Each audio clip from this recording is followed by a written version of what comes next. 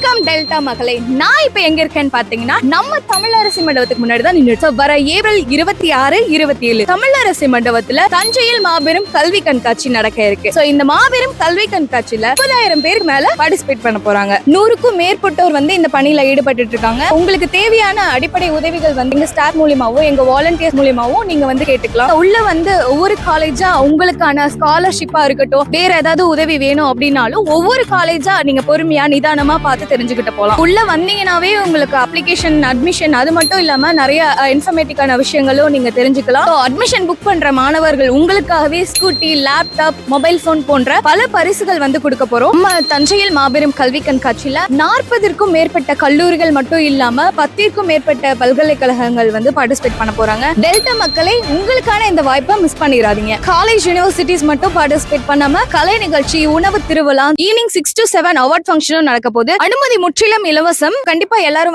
Participate பண்ணுங்க. வர April 26, 27 சனி மற்றும் ஞாயிற்றுக்கிழமை உங்களை இந்த தமிழரசி மண்டபத்துல சந்திக்கிறேன்.